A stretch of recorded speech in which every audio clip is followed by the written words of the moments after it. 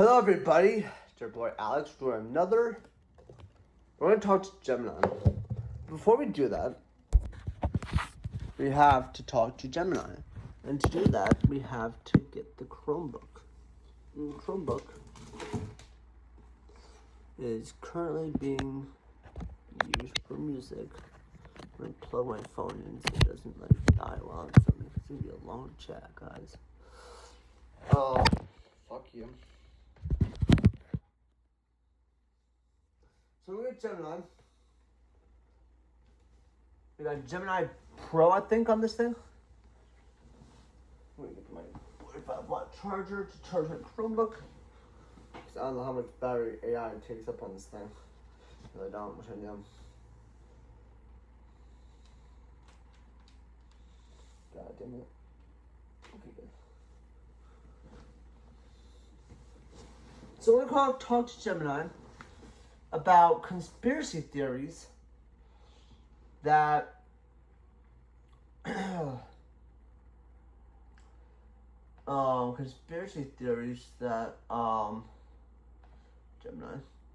We're talked no, we're not using Gemini, we're using Gemini. There we go.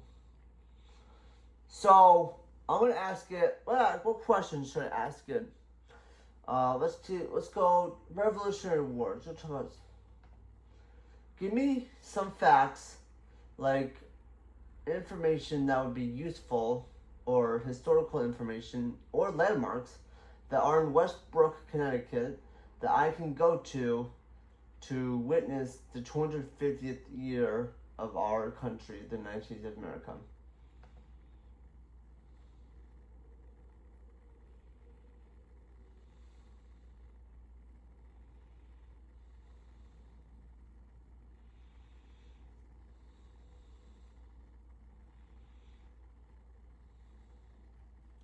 The Westbrook Greenhouse and Historic District, yep.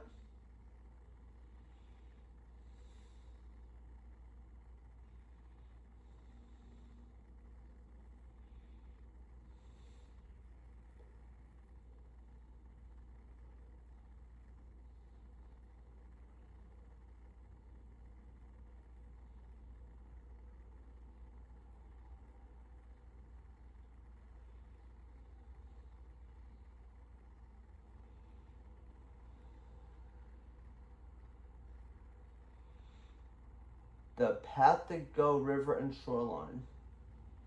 Yes, I know that. It's in Seaside Avenue. I know that place. Live 250 celebration events. Friday, July 10th, Patriotic Kickoff Concert. Saturday, July 11th, 250 Family Fun Day. Nice. Okay, before I do get much further, I do want to say thank you for Walgreens for sponsoring this video. Because without Walgreens, I would not be here. So really quick, we're going to open this up.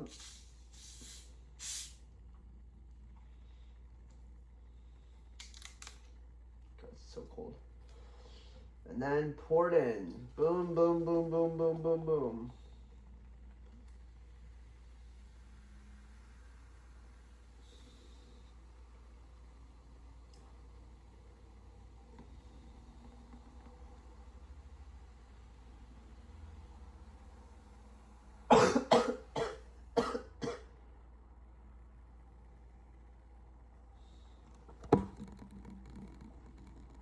Oh my gosh, let's put the cap on. Well, guys, I'm going to toss this can real quick. I'm going to put proper business. I missed it by an inch.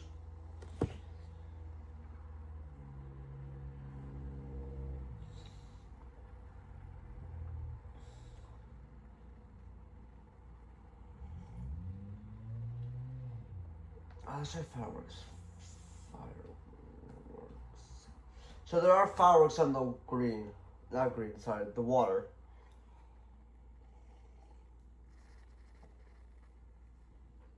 Okay, so here's the thing about Westbrook America 250 fireworks displays, so you can plan your night perfectly.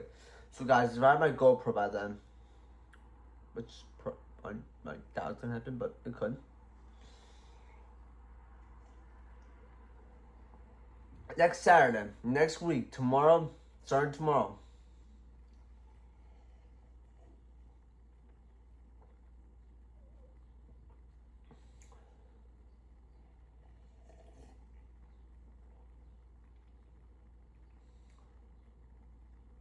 $800 feet offshore, that's not very far. That's really bad. Because the barge is positioned out on the water, any open area along the Westbrook shoreline offers a fantastic view.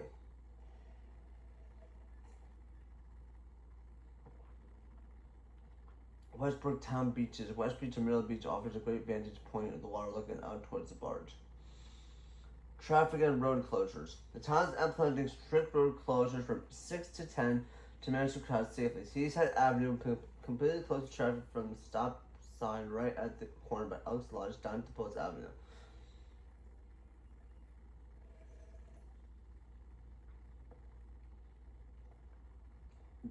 Post Avenue will temporarily be converted into two-way traffic to help keep vehicles moving. If you're heading down to find a spot on the beach or capture display over the water, you want to arrive early before the 6 o'clock road closures snap into place, as parking near the shoreline will fill up fast.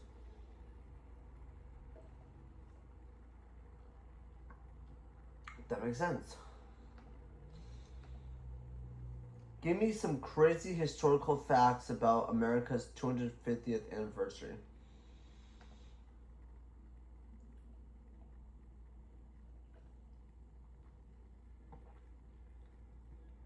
A semi-quincentennial, that's a mouthful.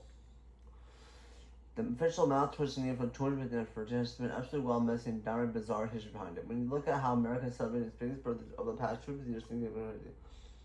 The 1775 vibe check, only one person actually signed on July 4th.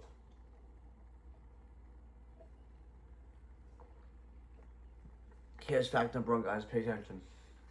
We envision the founders standing in a neat line on July 4th, 1776, taking turns signing the Declaration of Independence. In reality, only John Hancock signed that day, along with his secretary Charles Thompson.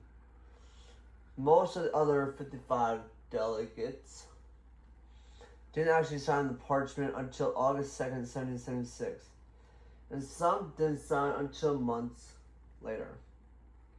Even wilder, when the text was first read around in public in Philadelphia, it was on the 4th, it was on July 8th.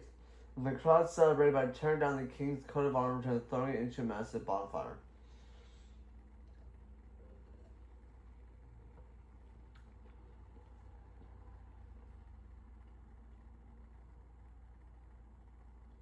The spooky coincidence of the 50th anniversary in 1826. You couldn't write a wilder historical script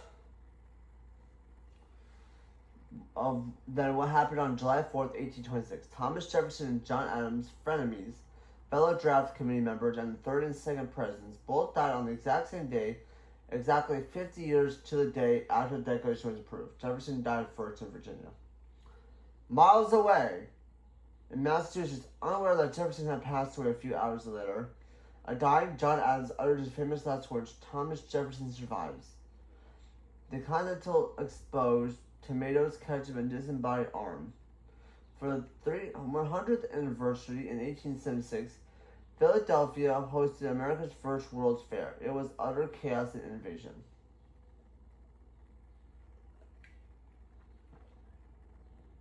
The disembodied arm. The Statue of Liberty wasn't finished yet, so fans just sent the right arm and the torch. For a quarter, visitors could pay to climb up inside Lady Liberty's disembodied cop arm to look out over the park. The Great Ketchup Debut. The fair is where a man named Henry Heinz officially introduces the world to Heinz tomato ketchup. Before that, many Americans still thought tomatoes were poisonous or just an exotic novelty. The Bicentennial Time Capsule Blooper, 1976.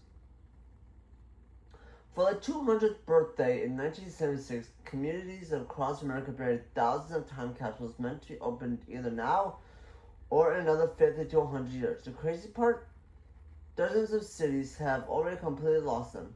Because of poor record keeping, paved over parking lots, and forgotten landmarks, towns across the country have spent the lead up to this year using ground penetrating radar just trying to find where they buried their own 1976 history. Huh? That's crazy.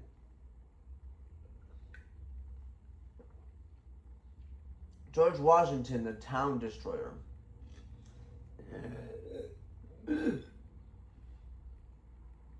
While the country celebrates the 250th of Washington's triumphs, the anniversary has spotlighted some heavily historical paradoxes.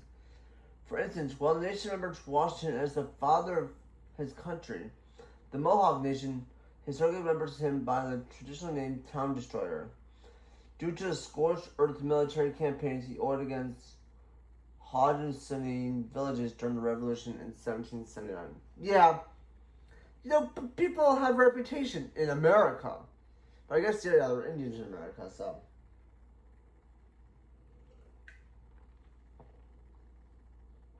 That's unfortunate.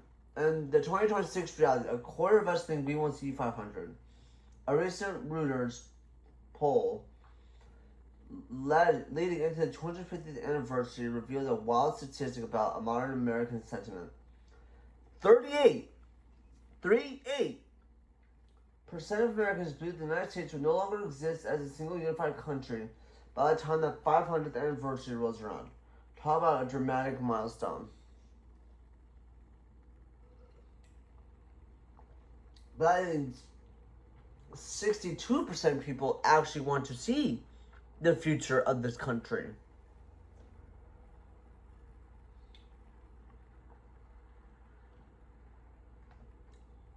Give me some more interesting historical facts about America's 250th anniversary.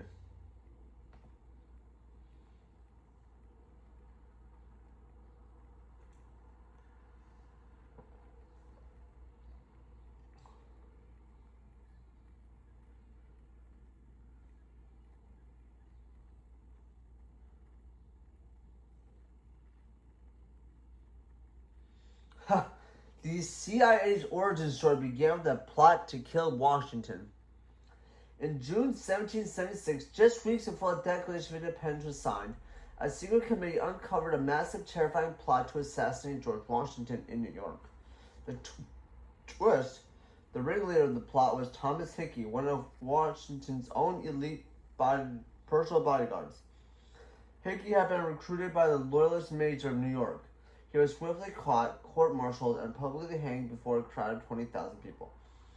The secret committee then investigated the plot, laid the foundational blueprint that would eventually become modern Americans' counterintelligence and the CIA. Paul Revere, midnight rider and forensic dentist. We all know Paul Revere for his midnight ride, but his actual job led to a massive milestone in American history. Revere was a silversmith who dabbled in dentistry on the side, wiring false teeth carved from hippo and ivory tusks into people's mouths. 2 months after his ride, he was asked to help identify a fallen soldier from the Battle of Bunker Hill who had been buried in a mass grave. Because the body was unrecognizable, Revere examined the tooth and identified the body as Major General Joseph Warren by recognizing the specific ivory bridge and silver wire he had personally crafted for him. This is widely considered the very first case of forensic odontology in military history. The King George statue was melted into 42,088 bullets.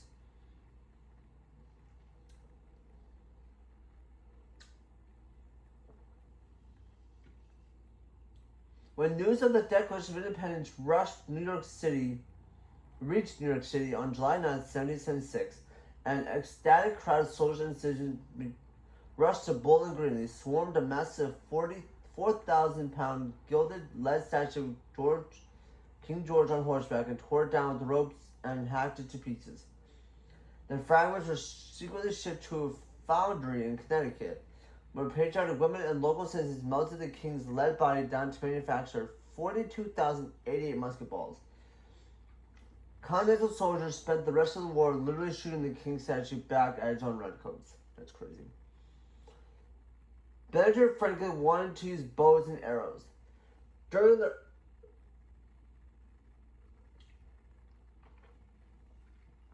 During the early days of the war, the Continental Army faced catastrophic shortages of gunpowder and muskets. Benjamin Franklin, always looking for a practical workaround, shares a letter to Major General Charles Lee advocating for the American military to equip soldiers with bows and arrows instead of firearms.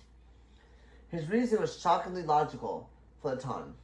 A soldier could aim and shoot 4 hours at a time it took to load a clumsy, inaccurate musket once, and the smoke from firearms wouldn't block the soldier's vision.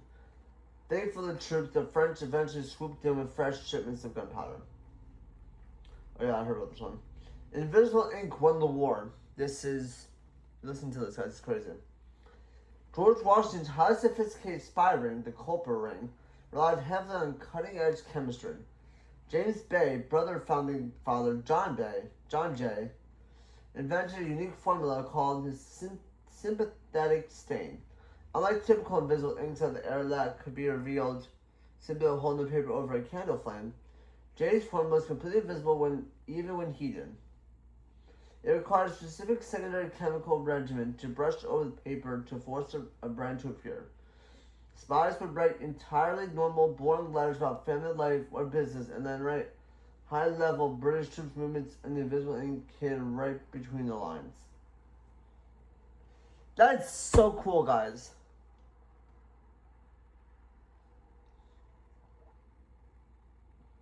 Now, do you want me to talk?